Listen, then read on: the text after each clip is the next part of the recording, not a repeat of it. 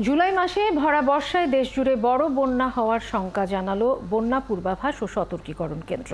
এবার বর্ষায় স্বাভাবিকের চেয়ে বেশি বৃষ্টিপাত হওয়ার সম্ভাবনা রয়েছে, তাই দেশজুড়েই বন্যার সম্ভাবনা উড়িয়ে দেওয়া যাচ্ছে না বলে জানান বন্যা পূর্বাভাস কেন্দ্রের নির্বাহী প্রকৌশলী সর্দার উদয় রায়হান। চেরাপুঞ্জিতে বৃষ্টিপাত কম হওয়ায় সিলেট সুনামগঞ্জের পানি 2-1 দিনের মধ্যেই নামতে শুরু করবে। হাবিব রহমানের প্রতিবেদন। চেরাপুঞ্জিতে গেল 4-5 দিনে প্রায় 1000 মিলিমিটার বৃষ্টিপাত রেকর্ড করা হয়েছে। উজানের এই ঢল ভাটার দিকে নামলেও সুরমা নদীর পানি গতকালের চেয়ে কিছুটা কমেছে। উত্তর পূর্বাঞ্চলের সব নদীর পানি বাড়ছে। নদীর প্রস্থ কমে যাওয়ায় উজানের পানি স্বাভাবিকভাবে সুরমা কুশিয়ারা নদী দিয়ে নামতে পারছে না, ফলে প্লাবিত হচ্ছে জনপদ। যদিও মেঘনায় পানি এখনও বিপদসীমার নিচে। বন্যা পূর্বাভাস ও সতর্কীকরণ কেন্দ্র বলছে, জলবায়ু পরিবর্তনের কারণে এখন অল্প সময়ে ভারী অতি ভারী বৃষ্টি হচ্ছে। চেরাপুঞ্জিতেও গেল কয়েক বছর অস্বাভাবিক বৃষ্টিপাত হয়েছে।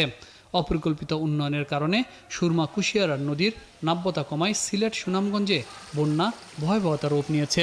নগরায়নের কারণে অনেক সময় হাওরের যে আমরা বলি যে স্বাভাবিক স্টোরেজ এরিয়া, সেটা যদি হ্রাস পায় বা এমন যদি হয় যে স্টোরেজ এরিয়াতে যে পানি ঢোকার যে পথ বা চ্যানেল সেটি যদি কোনো কারণে ব্লক হয়ে যায় বা বাধাগ্রস্ত হয়, তাহলে এই স্বাভাবিক এই পানি ধারণ ক্ষমতা বা পানি বহন ক্ষমতাটা বিঘ্নিত হবে। চেরাপুঞ্জিতে বৃষ্টির পরিমাণ কমেছে, তাই 2-1 দিনের মধ্যেই সিলেট সুনামগঞ্জে পানি কমতে থাকবে।